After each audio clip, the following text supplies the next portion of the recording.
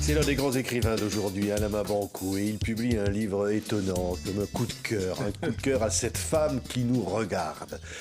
Alain Mabanckou, cette femme, c'est Angela Davis. Et ce livre, je dis, c'est vrai, c'est comme un cri du cœur, du gosse de Pointe-Noire au Congo, qui voyait un livre, une autobiographie d'Angela Davis dans la bibliothèque familiale avec tonton René qu'il avait ramené de l'Union soviétique et qui aujourd'hui a envie de dire combien cette femme a compté pour lui.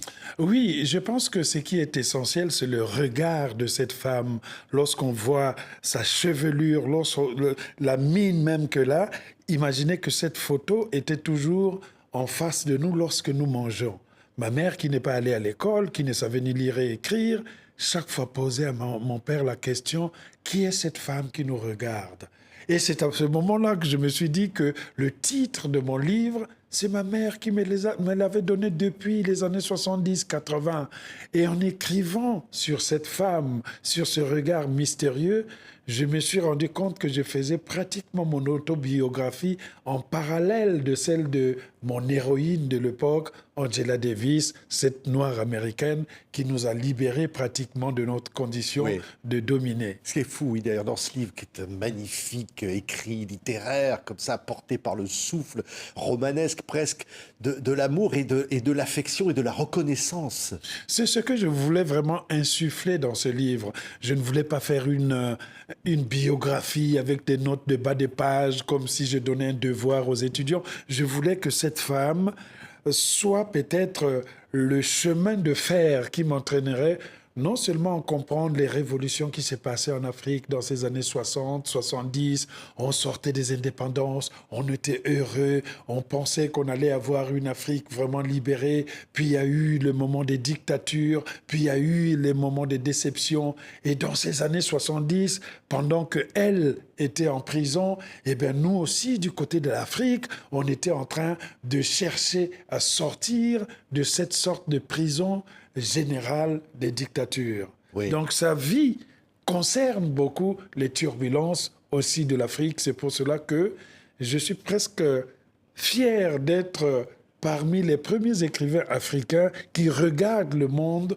noir américain pour voir l'histoire de l'Afrique. Oui, en fait, ce livre, c'est Angela Davis, l'Amérique et moi. Et vous, Alain Mabanckou. Oui. Et puis, j'ajouterai tonton René, le Parti congolais du travail. J'irai au fond cette communauté d'esprit qui suit le parcours d'Angela Davis et presque le parcours familial. Oui, et c'est même intéressant parce que dans ces années 70, la plupart des nations africaines embrassaient le communisme, on était rouge, on chantait la lutte libère, les prolétaires devaient se réunir et on aimait à cette époque-là le communisme. Mais pendant ce temps, aux États-Unis, le communisme était vu comme la peste et le choléra. Et elle venait d'arriver à l'université de Californie, Los Angeles, moins de 30 ans. Elle commençait son premier poste de professeur de philosophie et elle va être virée pendant qu'elle était considérée comme communiste et membre des Black Panthers. Et moi, quelques années plus tard, dans les années 2000, j'arrive dans la même université. On m'embauche alors que je provenais d'un pays communiste. C'est une sorte d'erreur, non pas d'erreur, d'ironie du sort, de voir que le communisme qui avait empêché cette femme d'être professeure dans cette université, avait disparu et moi j'étais arrivé, un enfant qui était un pionnier de la Révolution, qui portait le foulard rouge, qui chantait vraiment comme tous les écoliers africains. En ce jour, le soleil se lève, etc., etc. Et c'est peut-être là le parallèle. C'est une autobiographie africaine en parallèle avec la vie de cette femme qui a parlé des femmes les plus puissantes. Elle, je dois le regarder, elle était dans le Time considérée comme la femme de l'année, la femme de la décennie. Et dans ce sens, je pense même que ma vocation était liée à ce regard étrange. Si je n'avais pas regardé cette femme, je n'aurais pas écrit sur elle. Oui. Voilà. Ce qui est incroyable, c'est que vous parlez d'une rencontre avec Oui. elle. Dans ce livre, en fait, vous assistez à une conférence dans cette université et vous la racontez dans le détail. Et ce qui se passe dans la salle, et vous, et l'émotion que vous ressentez à la Mabankou. Oui. On va parler dans quelques instants, peut-être une autre rencontre espérée, un rêve qui pourrait se réaliser. Mais là, cette première rencontre, qu'est-ce que vous ressentez ce jour-là? Et c'est même comme ça que le livre commence. Comme dans un film, comme dans un roman, vous avez une grande salle, un amphithéâtre qui peut contenir plus d'un millier de personnes. Tout le monde a pris sa place, tout le monde est là, et moi je suis au milieu. Et arrive cette femme avec son charisme. Nous sommes en 2014. Elle arrive dans mon université pour parler au public, et je suis là, je la regarde, j'écoute, mais au lieu d'écouter ce qu'elle dit, mes pensées divaguent et je commence à noter des choses de ce temps passé, de voir notre pays, de voir ma mère, de voir mon père, et puis de revenir en face de cette femme qui parle de la prison, qui parle du féminisme, qui parle de l'abolition des prisons, parce qu'elle est pour l'abolition des prisons.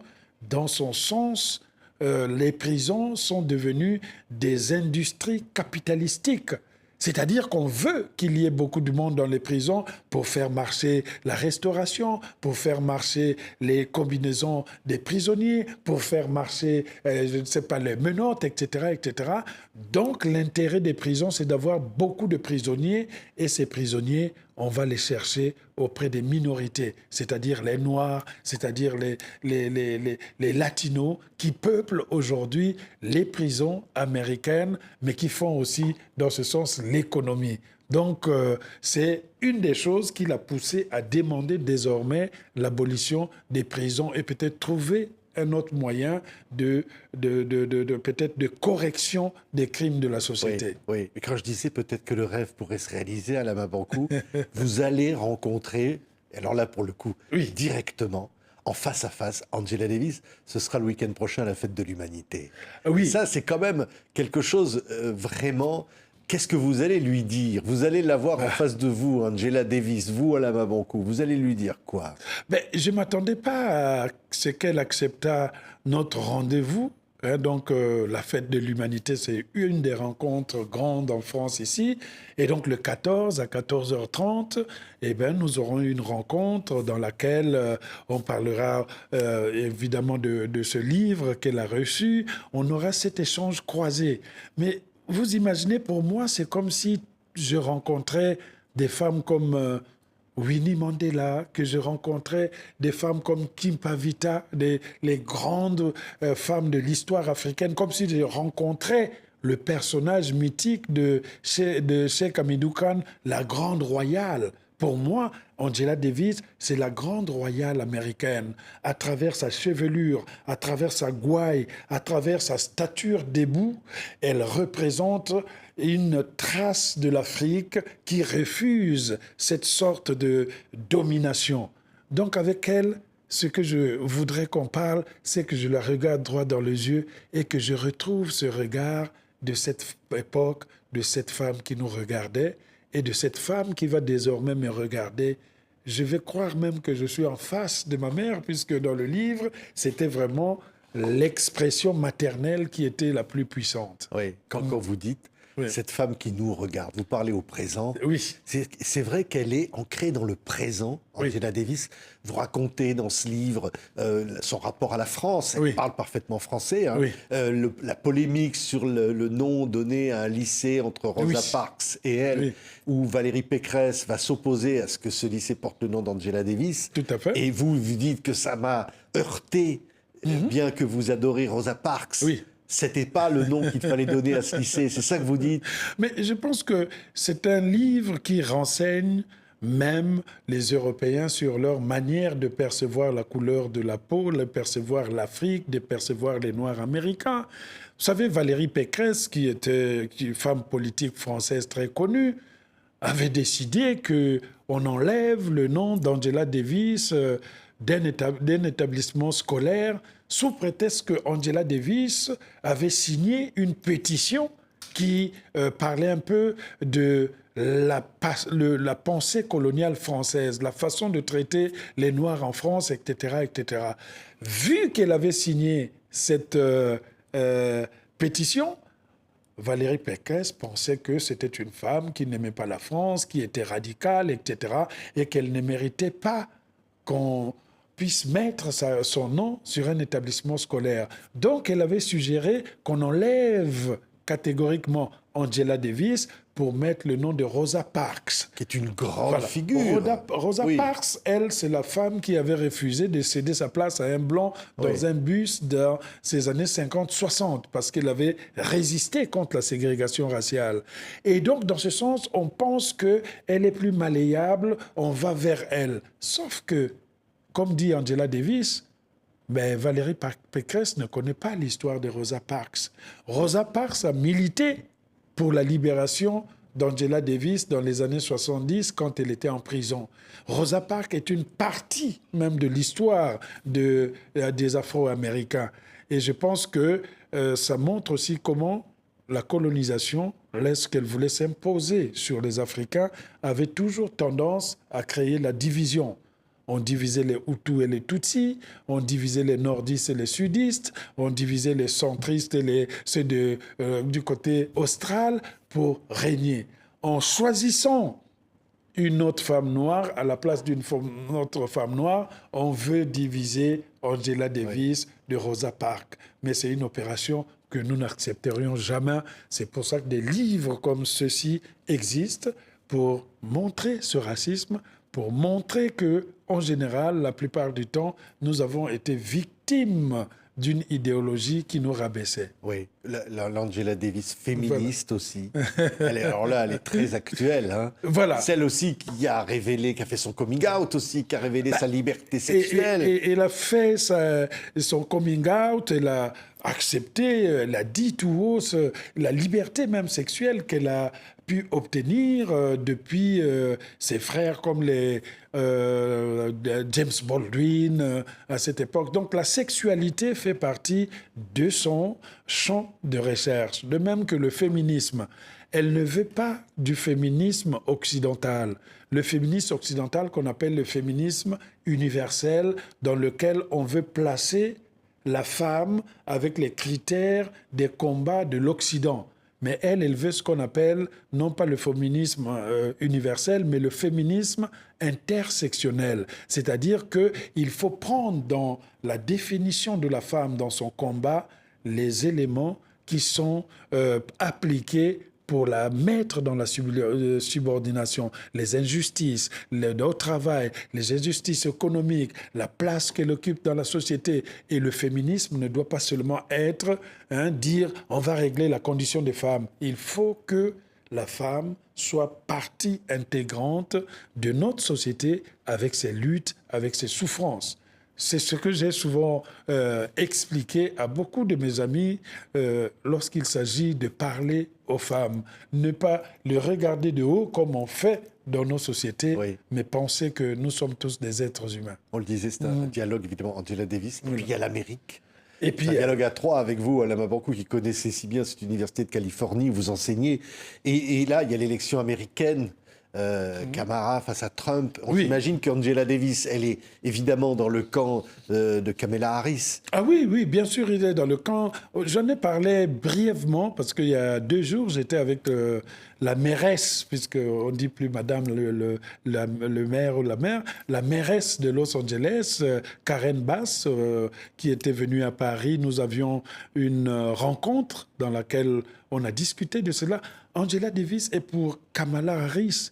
Kamala Harris aussi, c'est une femme qui arrive avec sa pointure, avec sa stature, pour essayer de donner une autre dimension à la fois de la diversité, puisque sa négritude, comme on dit, vient du côté de l'Asie, vient du côté de l'Inde. Ça montre peut-être que le monde de demain est un monde de la civilisation de bronze. Et moi, j'aime cela. Ceux qui prennent ce qui vient du local pour l'amener dans l'universalité. Comme je l'ai dit d'ailleurs de la musique d'un de mes amis, Ferrego, là, lui, il prend le local pour l'amener vers l'universalité. Il est né dans un petit coin de Kinshasa, ce Ferrego-là, mais demain, en avril, le 26 avril 2025, il va envahir l'Arena Défense. Et c'est là que je voudrais même que vous alliez voir mon ami Ferrigala. On ira. Vous viendrez avec lui sur ce plateau. On l'amènera sur ce plateau. La musique, voilà. Il y a de la musique aussi dans les écrits d'Alain Mabanckou, comme ça, de la poésie. Tiens, je redis encore un mot de ce fameux tonton René. Il va être là quand vous allez prendre Angela Davis dans vos bras en fin de semaine, là. Quelque part, il va vous regarder. Et je pense que depuis le ciel, ouais, il va nous regarder. Et quand je vais marcher vers Angela Davis, c'est toute une génération que je vais voir. Je vais prendre comme cette sorte de puissance pour dire que nous devons écrire des livres qui sont traversés par la passion que nous avions de notre vie en société.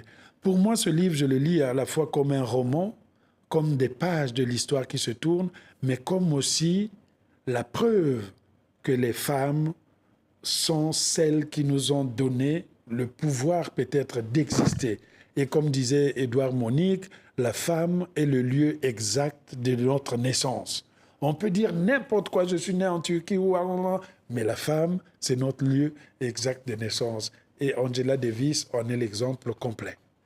Merci Alain Mabanckou. Merci. Cette femme qui nous regarde, c'est formidable. C'est chez Robert Laffont. C'est un des événements de la rentrée littéraire. Hein. En attendant l'événement de votre rencontre avec Angela Davis en personne. Voilà. Alain Mabanckou sur le plateau de TV5 Monde. Merci Alain. Merci beaucoup.